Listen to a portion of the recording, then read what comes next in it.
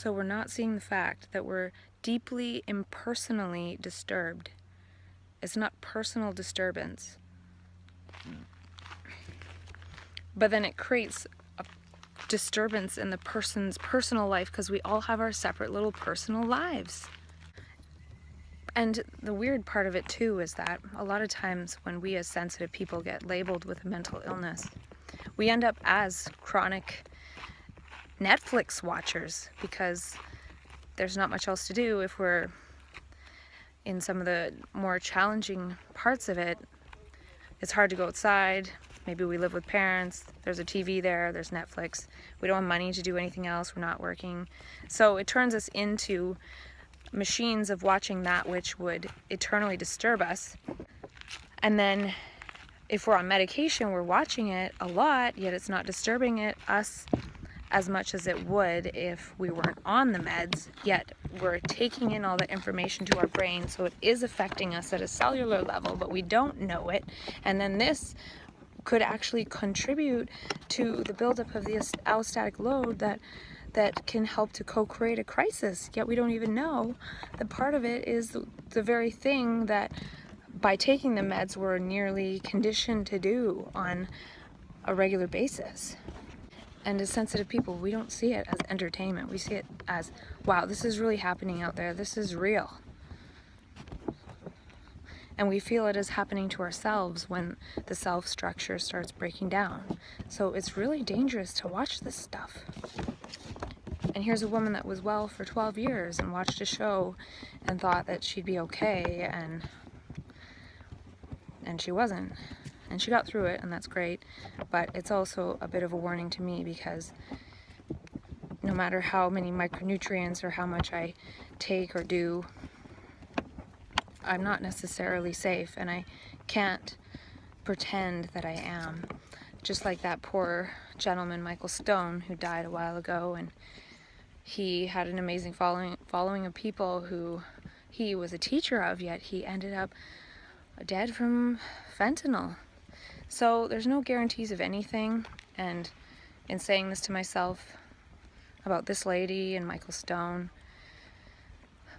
the times of wellness are really to be cherished, and I really do feel like I want to create this sharing of this conversation. So if anything happens to me, then it's out there or scheduled to be out there, and it's not necessarily about, oh, micronutrients are the answer. Nothing's the answer, really. Maybe not taking anything, but perhaps avoiding certain things like shows or things that can be really disturbing.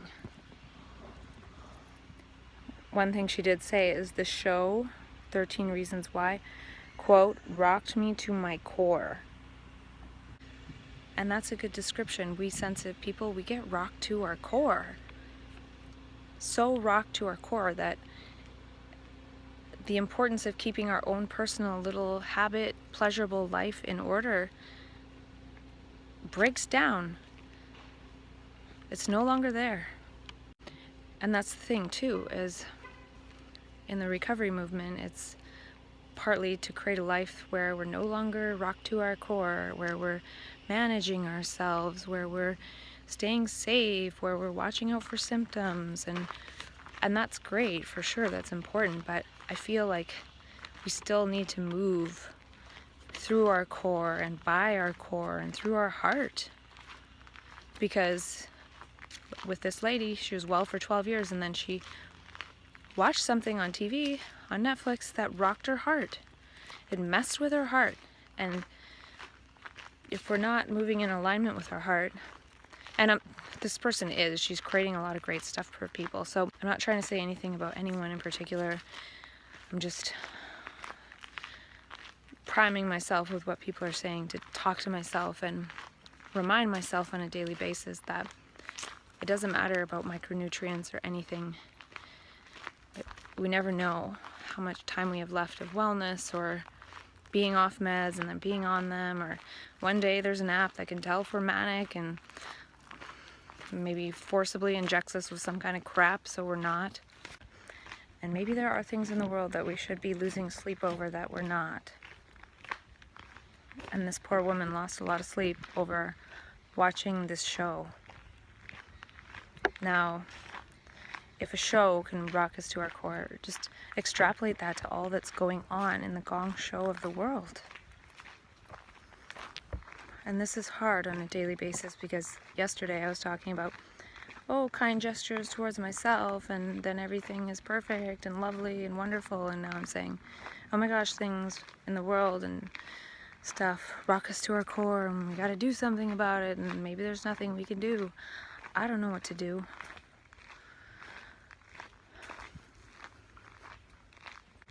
I do feel like I need to be careful, though. It's that thing about not going too deep. I feel pretty deep into it with the fast and doing a lot of lifestyle designing. And so yeah, if we can watch these shows and not be rocked to our core and just equate it with entertainment, the universe knows we're missing something. There's already an algorithm. Forget this computation we're trying to do to create these algorithms to figure out things to help us. The whole universe is a giant algorithm, and it calculates everything that we do. And the universe will up the ante until we are rocked to our core actually. Why have you not been rocked to your core yet? Why is it that when one person gets rocked to their core, it gets turned into a personal crisis or emergency and not an impersonal collective action? And I'm oversimplifying. There's a lot of great collective action going on out there. I'm just talking to myself like usual. I'm talking about more in the context of when somebody gets labeled with a personal mental illness, when a lot of times they're rocked to their core and just don't know what they can do to really help the world. And yeah, talking about either or, of talking about mental health or not, is setting up a pattern to follow. And I'm not sure why I haven't figured this out yet, where I shouldn't necessarily question what I talk about on a daily basis and say I don't want to talk about it anymore. Part of what I could do is make sure I have a better mix of things to click on Twitter, because a lot of it is mental health. So if I want to change the conversation, then maybe I might want to follow some other stuff too. Or maybe I should go on a fast from that stuff and catch up and integrate all that I've designed lately. It's a lot. Last night I had a dream that I was in the back of a car and a hummingbird came through the back window and landed on my finger. And there were two people in the car, and I said, "Look, a hummingbird." And I was feeling like, look, it landed on my finger. Isn't that great? And maybe like, that's special. And then it kind of squeezed my finger with its little claws. I don't think they have claws. And it sort of hurt, but I ignored it. I was just happy that the hummingbird landed on my finger. And it was okay that it felt like a bit of pain. And that's another thing with these powerful states of consciousness, is that when we start reaching out to talk to people, we're more eloquent and communicative, and so people want to talk to us, they want to talk to us back. The person at Muse was interested in collaborating a bit more, and that one phone call turns into a lot of possibilities. And that's happened with a few different things lately, and I feel that's part of that death feeling, is needing to prune some of those possibilities from my epigenetic matrix, or my quantum epi possibility space.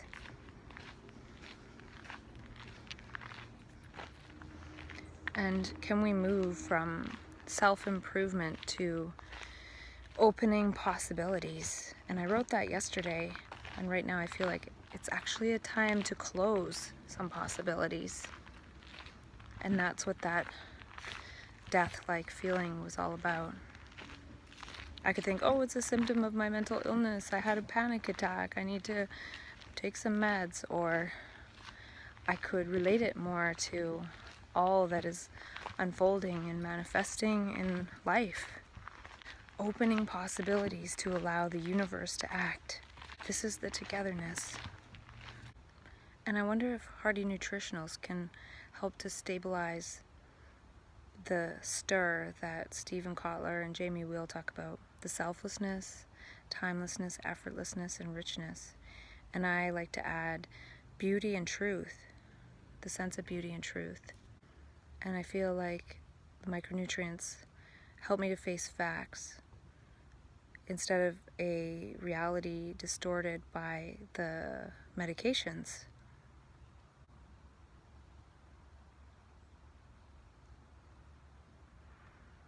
And it seems like we use a combination of all our senses, our 5 senses or 9 senses, if you want to include proprioception and da-da-da-da-da. And all of that combines to create the epiphenomena of the me. But what if those senses, the sights, the sounds, the smells, tastes, touches, and everything else created an epiphenomenon of beauty, truth, which are only available when the self is not. That is the selflessness. So the selflessness is the beauty and truth. So the selflessness actually equals effortlessness, timelessness, and richness. And the self is effort. The self is psychological time. That's something Krishnamurti talks about a lot.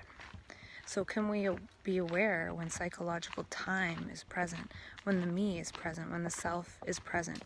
Can we negate that?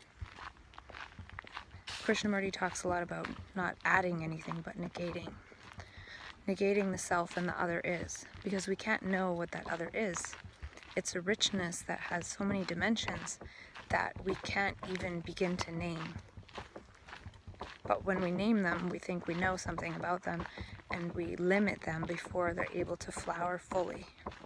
Right now, the combination of our senses produce effort, which is a movement of opposition or conflict with the movement of life.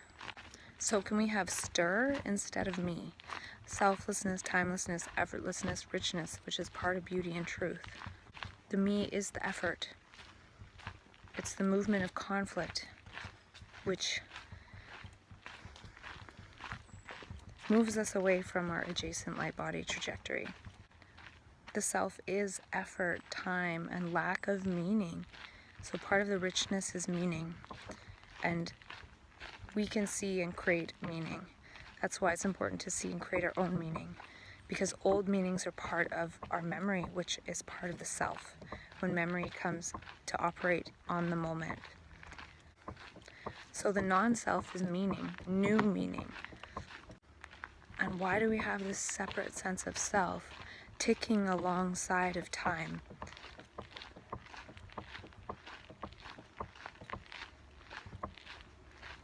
If the ticking of time is a sense, why do we have a sense of me, of psychological time, ticking along with that? This prevents the mutation that doesn't take time. And can we move from change and improvement to mutation? Time is not needed.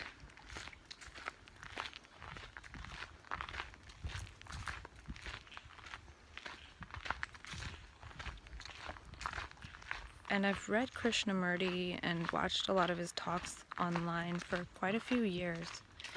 And just the other day, I started listening to his question and answers, which are usually around 20 minutes instead of a whole hour. And they never resonated with me before, but all of a sudden I'm finding them very resonant. So I've been listening to those as I go to sleep. And I was thinking about our languaging around time, like killing time and passing time. Why do we say that? Why don't we say creating time or creating with time? What I created with my time today, not how I killed my time today, or I'm bored, which is not liking the way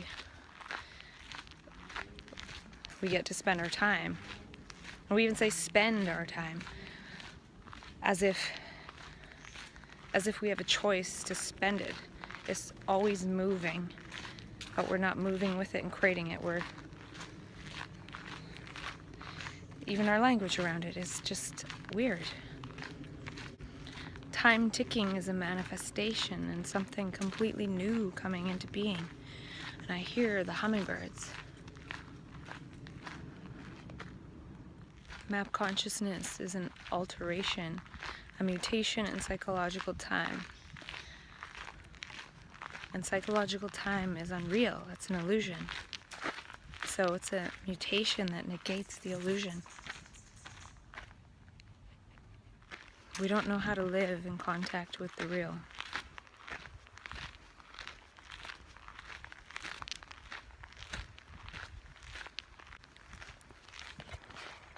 And I've also been thinking about virtual reality, how there's a lot of hype about it, and the thing is that we don't realize there's an augmented actuality which trumps, much surpasses and outshines and is an infinite phenomenon. And the self, the me, prevents this, it blocks it. Anyone who's been in the state of so-called mania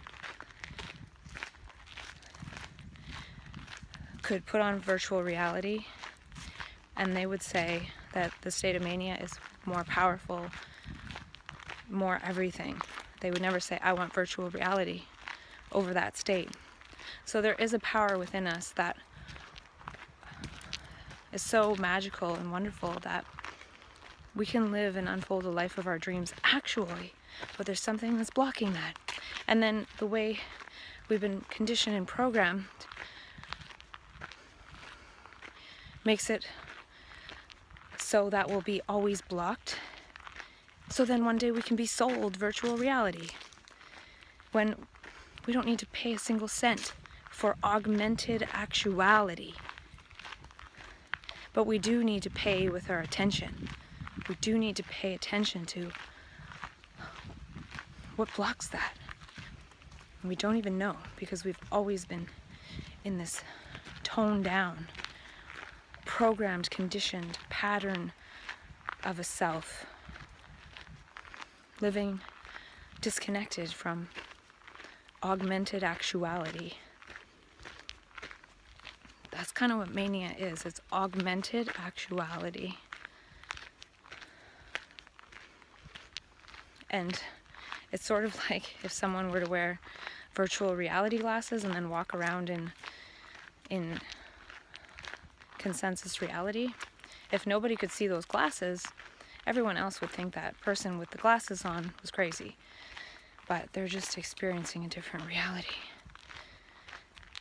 So I'm more interested in augmented actuality than this virtual reality thing.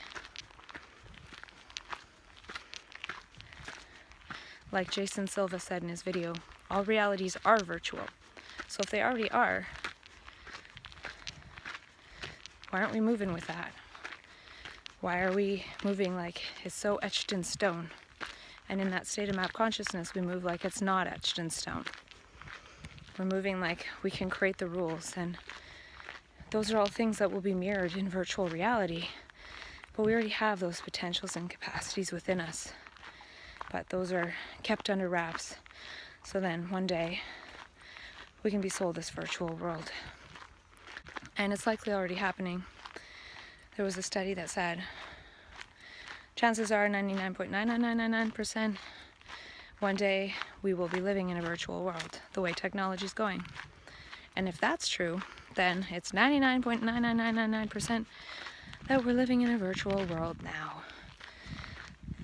And then people that see that are said to have a Matrix delusion or a Truman Show delusion or something.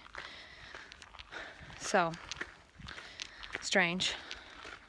I won't go on and on about that stuff because there's no point. A lot of this is virtual.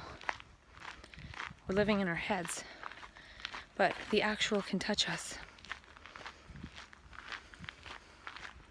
And when it does, it's sort of like that scene in WALL-E where the people are all disconnected and looking at their screens, drinking that sugary drink, and then they accidentally touch hands. And they're like, whoa, something touched me, something actual. And it felt so good that I might just get off my butt and get moving and connect with something actual.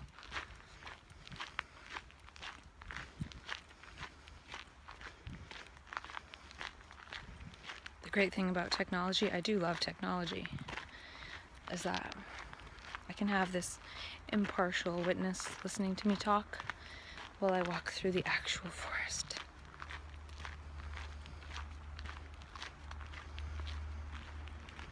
So I've talked a lot today, getting a lot done, and tomorrow I'll likely take a break from making videos and edit this, and I'd love to say, oh, I'll take a break for a couple days because I should let myself calm down and integrate into this design, but we'll see what happens. Much love, Holographic Hugs. It entered my mind about the piece of paper that I printed to read off of, and how one might think, well, that's a waste of paper. But it gave me the opportunity to read stuff that I wrote in my computer while walking through this forest, which feels powerful for me, subjectively. And then after my brain inquired into that, it realized that the trees like listening to me talk too.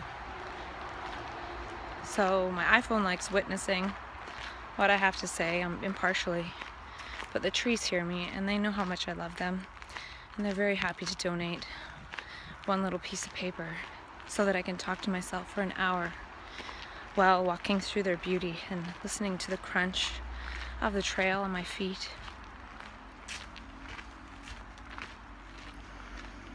Holographic hugs to the trees too. I just thought of something funny. There was the Cambrian explosion, which is something to do with evolution. It's now the Manian explosion. Or the Shamanian explosion. Come on, Shamania, come on, Shamanics. Get with your dreams, get with your harmonics.